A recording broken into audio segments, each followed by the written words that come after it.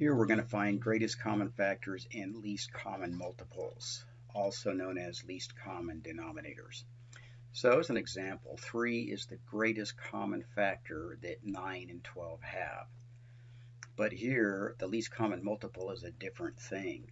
The least common multiple of 9 and 12 is 36. That is because 36 is a number that 9 and 12 are both factors of. So we're going to learn how to do both of them here. And I'm teaching more of a common sense method than a rote system that you just have to memorize. If you just understand what's going on here, you'll never have to try to remember how to do this. You'll always just know. So we're going to find both of these for 12 and 40. We're going to find the greatest common factor and the least common multiple.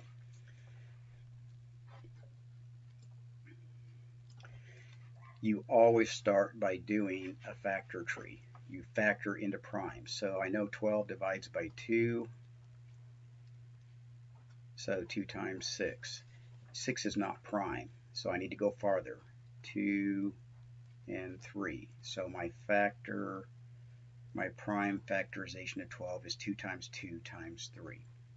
Okay, then I need to do the same for 40. So this factors into 2 times 20, 2 times 10, 2 times 5, and so I have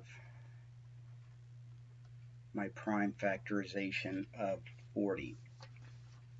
Okay, well, for the GCF, the greatest common factor, you can pretty much look at this and see they both have a 4 in common. There's a factor of 4 in both of these, but to do just the standard process, you're just looking for pairs and marking them off. So I have a pair of 2s.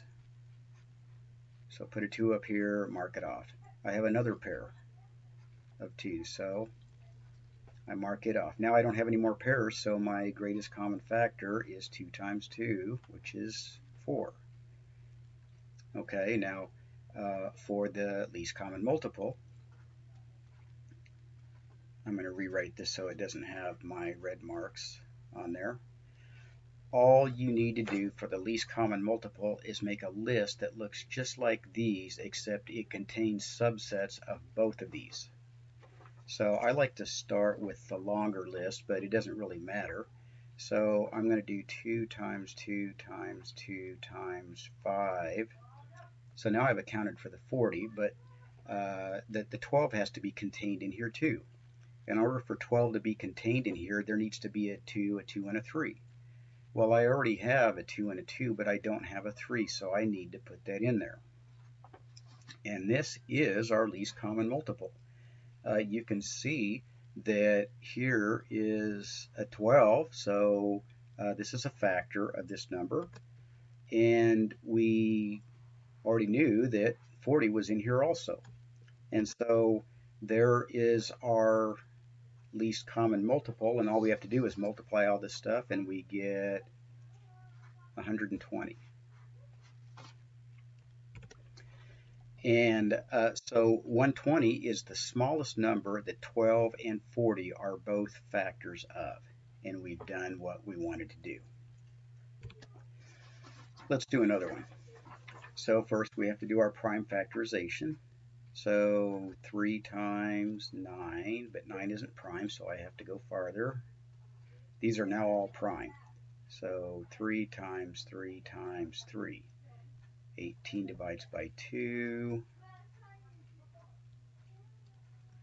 So 2 times 3 times 3. Okay, so for my greatest common factor, I'm just going to look for common pairs. Do I have a 3 in everything? Yeah, I have a pair of 3s. Do I have another pair? Yeah, I have another pair of 3s. And so 9 is my greatest common factor of both 27 and 28. For my least common multiple, actually, I was going to rewrite these, but I don't think the red marks will hurt anything. All I want is a list that has this subset and this subset. So I'm going to take the 3 times 3 times 3, and now I've taken care of the 27. But now I need to make sure that I have a 2 and a 3 and a 3 in there. Well, there's already a 3 and a 3, so all I need to do is put in a 2, and there we go. This is our least common multiple. You can see that there's an 18 in there, and you can see that there's a 27 in there. So this number has 27 and 18 both as factors. And when you multiply these together, you get, let's see, 6 times 9, you get 54.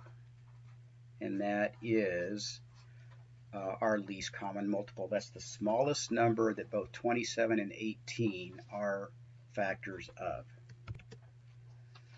Let's do 3 numbers now, 30, 25, and 10. So I'm going to do my factor tree. 2 times 15, 3 times 5, so 30 is 2 times 3 times 5. 25 is 5 times 5, and 10 is 2 times 5. And I'm just writing them down here neatly, but you don't have to rewrite them down here, obviously. Okay, my greatest common factor. Well, what is common to all of these lists? Well, there's a 5 here, here, and here. But do I have a 2 everywhere? No. Do I have a 3 everywhere? No. I don't have anything that's in every set except the 5. So our greatest common factor is 5. For my least common multiple, I need to form a list that every one of these can be found inside of. So I'll start with the 30 list. Okay. Now, is this in there as a subset? Well, no, it's not. There has to be another 5 in order for that to happen. So there we go. Okay, so I've taken care of the 30 and the 25. Now, in order for 10 to be taken care of, there needs to be a 2 and a 5. Well, there's already a 2 and a 5 in here, so I'm done. You can find a 10 in here as a factor, you can find a 25 in here as a factor, and you can find 30 in here as a factor. So this is 6 times 25, that's 150, so there we go. 150 is the smallest number that 30, 25, and 10 are all factors of. If you have variables, the process is still the same. So I'm going to do a factor tree of 16. I'm not going to do the x squared and the y in the factor tree. They're too easy to add on when you get done. So I'm just doing the 16. So 2 times 8, 2 times 4, 2 times 2. So this expression is 2 times 2 times 2 times 2 times x squared times y. Okay, then I do this one. So again, I'm just doing 32. I'm not worrying about the x yet. 16, 2 times 8, 2 times 4, 2 times 2, so... And then the x I'm just going to slap on at the end. So greatest common factor, what do they all have in common? Well, they all have 4 pairs of 2's. They all have a 2 4 times. So you can't put the 5, but you can put the 4. So it's going to be 2 times 2 times 2 times 2. What do they have in common as far as variables? Well, they don't have a y, but they do. You can pull out an x out of both x and x squared. So there we go. So this is 4 times 4. This is 16x. This is our greatest common factor. This is a factor of both this number and this number.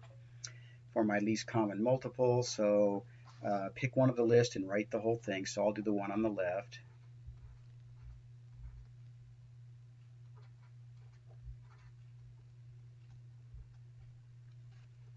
And I just need to make sure that this is also in there.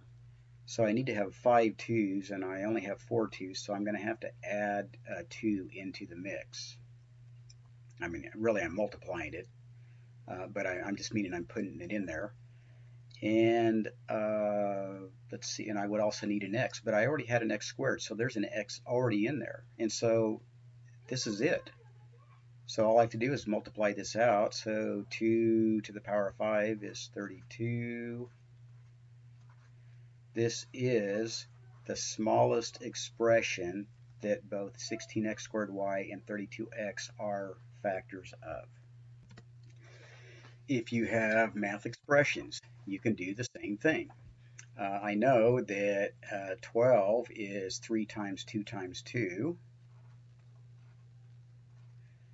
And then I have a parenthesis factor, but that doesn't change anything.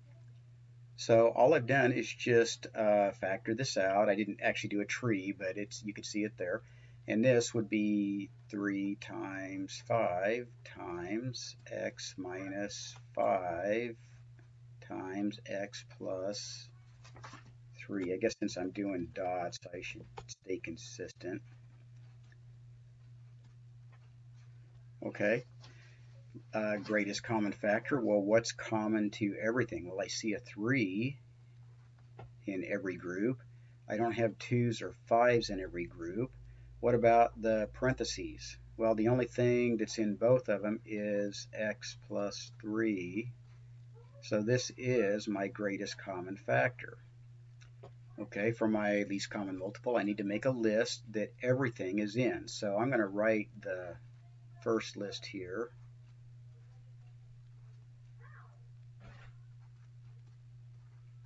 Okay, but then this, I need to be able to find this subset in it as well. Well, I already have a 3, but I don't have a 5, so that needs to be in there. And I also have an x plus 3, but I don't have an x minus 5. So I need to put that in there. And so this is our least common multiple. That's 15 times 4, that's 60. These, you could FOIL them, but I'm just going to leave them like that. And this is our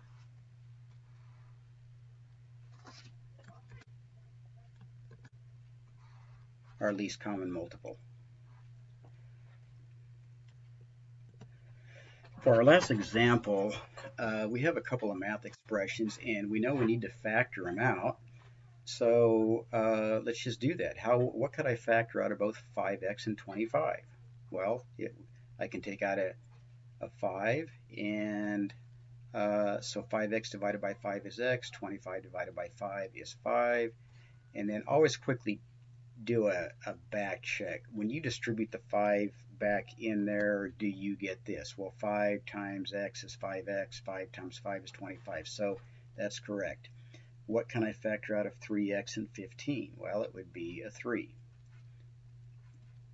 And I'm just doing this quick, you can check, but if I distribute the 3 back in there, I'll get 3x plus 15. And we're ready to go. This is as simple as we can get it. It's all factored out. We have all the factors lined up. What is common to both of these as far as just the numbers, the single constant sticking out in front? Well, there isn't anything. The only common factor they both have is x plus 5. So that is our greatest common factor. For the least common multiple, well, we need to have a list that contains everything. So I'm going to do 5 times x plus 5. And so I've taken care of this one.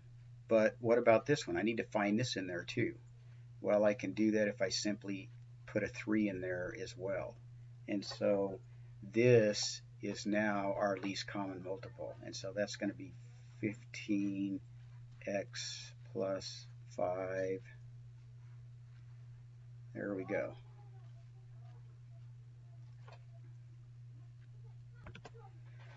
Once again, keep in mind, I didn't use what's considered the standard process for this. I just basically used the common sense approach. I like it because it just seems easier than anything else, and I don't have to remember anything. I just have to understand what's going on, and it's pretty clear at that point what it is that we need to do.